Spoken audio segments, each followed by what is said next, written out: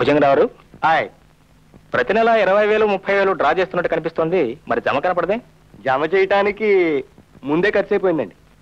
కనీసం ఓచర్లనే ఉండాలిగా. ఇంటి ఖర్చులకు ఓచర్లు ఉండవండి. ఎవరింటి ఖర్చులకండి? మీ ఇంటి ఖర్చులుగా? అయ్యో, తమ ఇంటి ఖర్చుకేనండి. మా ఇంటి ఖర్చులా? సుందరం గారి సొంత ఖర్చులు కూడా మరి ఇంటి ఖాతాలోనే రాస్తున్నామండి. ఇక మీద నాకు తెలియకుండా ఎవరికి నయా పైస కూడా ఇవ్వడానికి వీల్లేదు. ఎవరి ఖర్చులు వాళ్ళ ఖాతాలోనే రాయాలి.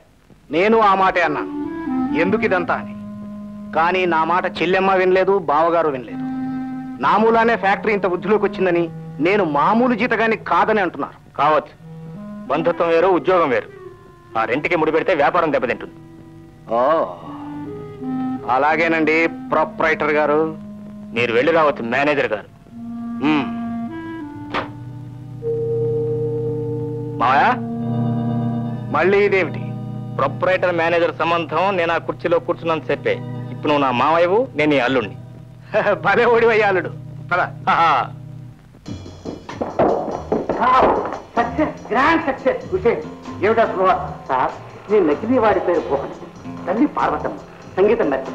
వయసులో ఉన్నప్పుడు ఆమెను ఎవరో ప్రేమించి గర్భవతిని తెలుసుకున్న తర్వాత ఉదేశ్ పాడిపోయాడు. తన తల్లికి అన్యాయం చేసిన వాడు అంతు తెలుసాన్ని వీడు పోయాడు. తన తండ్రి ఎవరో ఈ మోహన్ తెలుసా? తెలియదు సార్. గుడ్. ఒకే దెబ్బకు 2 బిడ్డలు. ఓకే సార్, చాలా సింపుల్.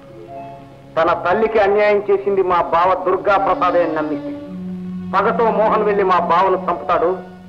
పోలీసులు అతన్ని ఉరేస్తారు. కానీ సార్, తన తల్లికి అన్యాయం చేసింది దుర్గా ప్రసాదేనని నమ్మించడగా కొంచెం కష్టం.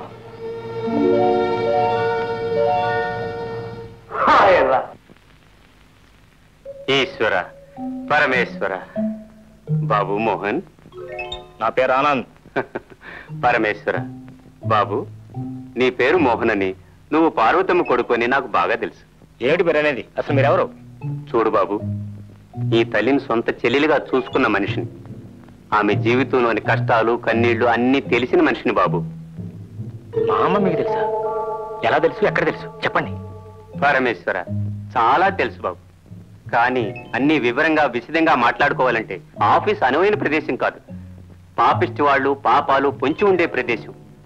అందుకే ఈ అడ్రస్ రమ్మన్నాను. అన్ని వివరంగా మాట్లాడుకోవచ్చు. వస్తా.